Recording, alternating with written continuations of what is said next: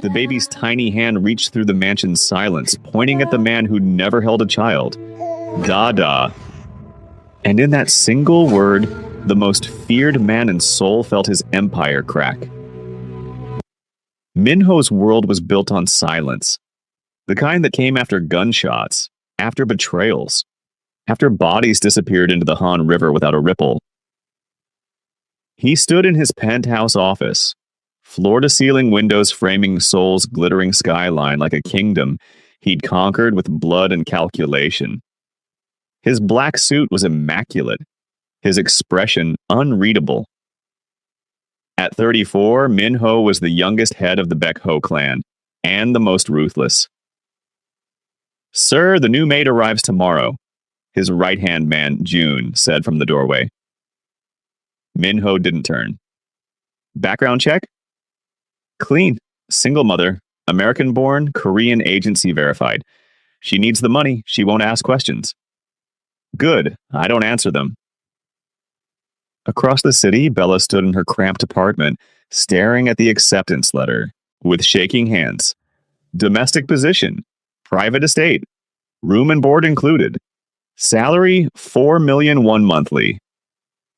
It was more than she'd made in 6 months combined. Her daughter, Hana, 11 months old with curls like midnight clouds and skin like warm amber, babbled from her playpen, chubby fists reaching for her mother. "We're going to be okay, baby girl," Bella whispered, lifting Hana into her arms. "Mama's going to keep you safe. I promise." But safety was a lie Bella told herself every night. Because 18 months ago, she'd made a mistake. One beautiful, reckless night in Seoul during a work conference. A stranger in a hotel bar, no names exchanged. Just heat, desperation, and the illusion of being someone else. She'd left Korea the next morning. She'd returned 8 months pregnant, broke, and alone. Now she was walking straight into the house of the most dangerous man in the city. She just didn't know it yet. What would you do if you had to choose between safety and truth? Drop a comment below. Bella's first morning began at 5 a.m. The estate was a fortress disguised as luxury. High walls, security cameras, men in black suits patrolling like shadows. She'd been given a small room adjacent to the kitchen, barely large enough for her mattress and Hana's crib. "Stay invisible," the head housekeeper, Mrs. Choi, had warned. "Mr. Beck doesn't tolerate disruptions." Bella nodded, strapping Hana to her chest in a carrier. The baby had been fussy all night, teething and clingy. She was polishing the marble floors in the main corridor when she heard footsteps. Heavy, deliberate, commanding. She didn't look up until the footsteps stopped. "Who are you?" The voice was cold, sharp as a blade. Bella's head snapped up and her breath caught. "No." Minho stood 3 feet away, his dark eyes locked on her face. Recognition flickered there, just for a heartbeat, before his expression hardened into stone. But Bella saw it. He remembers. "The new maid, sir," she whispered, her voice barely steady. "I'm Bella." Minho's jaw tightened. His gaze dropped to the baby carrier and froze. Hana's wide brown eyes stared up at him, curious and unafraid. Then her face split into the biggest smile. Her tiny hand reached out. "Dada!" The word exploded into the silence like a grenade. Minho's entire body went rigid. Mrs. Choi gasped. Bella's heart stopped. "Dada! Dada!" Hana squealed again, bouncing excitedly, her chubby fingers grasping at the air between them. Minho's face drained of color. His eyes darted from the baby to Bella, and something dangerous flickered there. Recognition, confusion, rage, and something else. Fear. "My office. Now." His voice was lethal calm. Then he turned and walked away, leaving Bella trembling in the hallway, her daughter still giggling and reaching for the man who'd just shattered both their worlds. Minho's office door slammed shut behind her. Bella stood frozen, clutching Hana tighter as the Mafia boss circled her, like a predator assessing prey. Explain. One word. Absolute command. She's just a baby. She doesn't know how old. Bella's throat closed. 11 months. Minho stopped moving. His eyes narrowed, calculating. The conference, Hotel Shilla, 18 months ago. It wasn't a question. Bella's silence was answer enough. You knew. His voice dropped to a deadly whisper. You knew and you said nothing. I didn't know who you were. Bella's voice cracked. No names, remember? That was the deal. One night, no complications. And yet here you are. In my house with a child who... He stopped himself, his fists clenching. This is a setup. A setup? Bella's fear ignited into anger. You think I planned this? I came here because I'm desperate. Because I have a daughter to feed and nowhere else to go. I didn't know this was your house until I saw your face. Minho's expression didn't soften. People who know my secrets don't live long. The threat hung in the air like smoke. Hana whimpered, sensing her mother's terror. Bella straightened her spine, meeting his cold stare.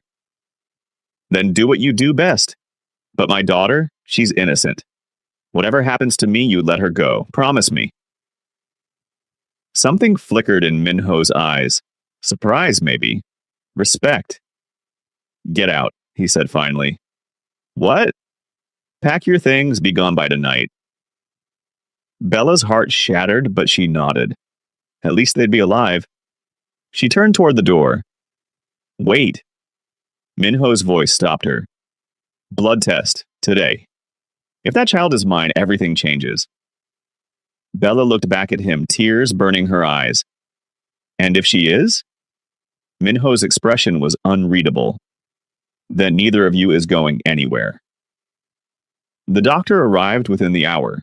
Discreet, expensive, terrified of Minho. Bella sat in the corner of the medical room Minho kept in his estate, watching as the man swabbed Hana's cheek, then Minho's. Results in 4 hours, the doctor stammered, then fled.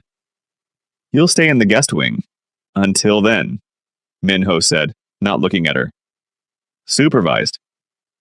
I'm not a prisoner. Yes, you are. 2 guards escorted Bella to a bedroom 3 times the size of her apartment. Luxurious, suffocating, hours crawled by. Hana napped, exhausted from crying. Bella paced, her mind racing. What if the test is positive? What if it's negative? Which outcome is more dangerous? At 6 p.m., the door opened. Minho entered, holding a tablet. His face was pale. 99.9% probability, he said quietly. She's mine. Bella closed her eyes, relief and terror colliding. So what now? You pay me off? Threaten me into silence? No. Minho set the tablet down, his hands shaking, barely, but Bella saw it. Now we talk. He sat on the edge of the bed, suddenly looking less like a Mafia boss and more like a man drowning. I never wanted children, he admitted. My world is violence, blood. I buried my humanity years ago because it's the only way to survive. Then why keep us here? Minho's eyes met hers, raw and unguarded for the first time. Because when she called me Dada, something inside me broke. Or woke up. I don't know which. He exhaled shakily. I've killed men for less than lying to me. But when I look at her... He trailed off. Bella's voice softened. She didn't choose this. Neither did I. I know. Minho stood. But she's my blood. And in my world, blood is everything. I protect what's mine. She's not property. No, Minho agreed, his gaze intense. She's my daughter, and you're her mother, which means you're both under my protection now, whether you like it or not. Would you trust a dangerous man to protect your child? Or run? Comment your thoughts and subscribe so you don't miss what happens next. That night, Bella couldn't sleep. She found Minho in his study, whiskey in hand, staring at a photograph on his desk. "Can't sleep either?" she asked softly. He didn't answer, but he didn't tell her to leave. Bella stepped closer, glimpsing the photo, a young boy, maybe 7, with Minho's eyes. Next to him, a woman with a kind smile. "Your family?" "My brother and my mother." Minho's voice was hollow. "Both dead, killed by a rival clan when I was 16. Bella's breath caught. "My father was the boss then. He taught me that love is weakness, that attachment gets you killed." Minho's grip tightened on the glass. "So I became what he wanted. Cold, ruthless, untouchable." "Is that why you were at that hotel bar?" Bella asked gently.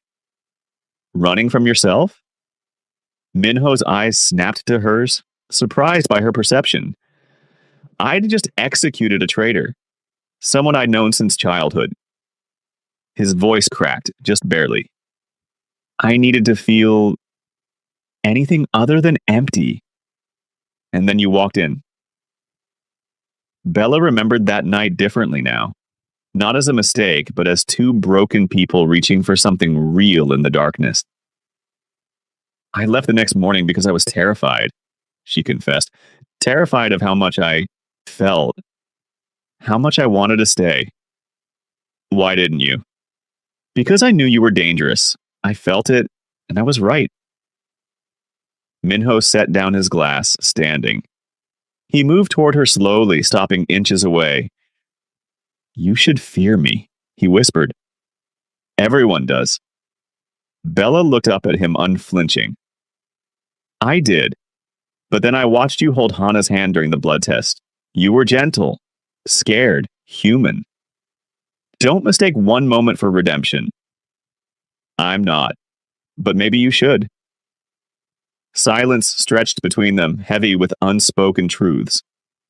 Then Minho did something unexpected. He reached out and touched her cheek, softly, reverently, as if she might break. "You terrify me more than any enemy ever has." The next 2 weeks were surreal. Minho cleared his schedule, something his men whispered about in disbelief. He spent mornings with Hana, teaching her Korean words, watching her take wobbly steps across his office floor. Bella observed from the doorway, her heart aching at the sight. "Da!" Hana squealed, falling into Minho's arms. He caught her effortlessly, and for a moment he smiled. A real, unguarded smile that transformed his face. "She's fearless," Bella said, stepping inside. "She gets that from you." The compliment caught her off guard. "I'm not fearless. I'm terrified every second." Minho looked at her. "Fear and courage aren't opposites. You crossed an ocean, alone and pregnant, to build a life for her. That's not weakness."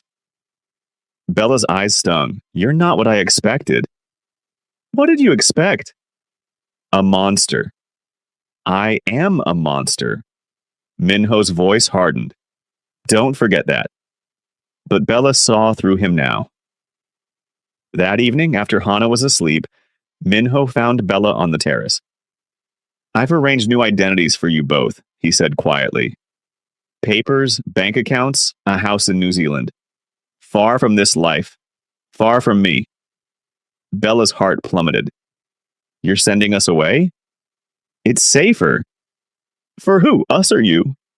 Minho's jaw clenched. "Both." "What if I don't want to go?" His eyes snapped to hers, vulnerability flashing there. "You should. This world will destroy you." Bella stepped closer. "You keep saying that, but maybe I'm stronger than you think. Maybe Hana needs her father. Maybe..." She hesitated. "Maybe I need you too." The confession hung between them. Minho's hand lifted, cupping her face. "I don't deserve you." "Maybe not, but you have me anyway." He kissed her then, desperate, fierce, full of everything he couldn't say. When they pulled apart, his forehead rested against hers. If you stay, there's no going back. Then I'm staying. Everything fell apart on a rainy Thursday. Bella woke to shouting, gunshots. She grabbed Hannah and ran toward Minho's office. A man in a black mask blocked her path, gun raised. The boss's little whore, he sneered, and his bastard. Bella's blood froze. Before she could scream, Minho appeared like a shadow, disarming the man with brutal efficiency. The crack of bones echoed, but more men poured in. June! Minho roared. His right-hand man appeared, firing. They breached the south gate. It's the Park clan. They know about the girl. Minho's face went white. He turned to Bella. Go, now. There's a safe room behind the library. Code is Hana's birthday. I'm not leaving you. Go! He roared, just as a bullet shattered the window beside them. June grabbed Bella's arm, dragging her away as Minho stayed behind, drawing enemy fire. The safe room was cold, silent. Hana cried. Bella held her, trembling, listening to the gunfire above. Hours passed.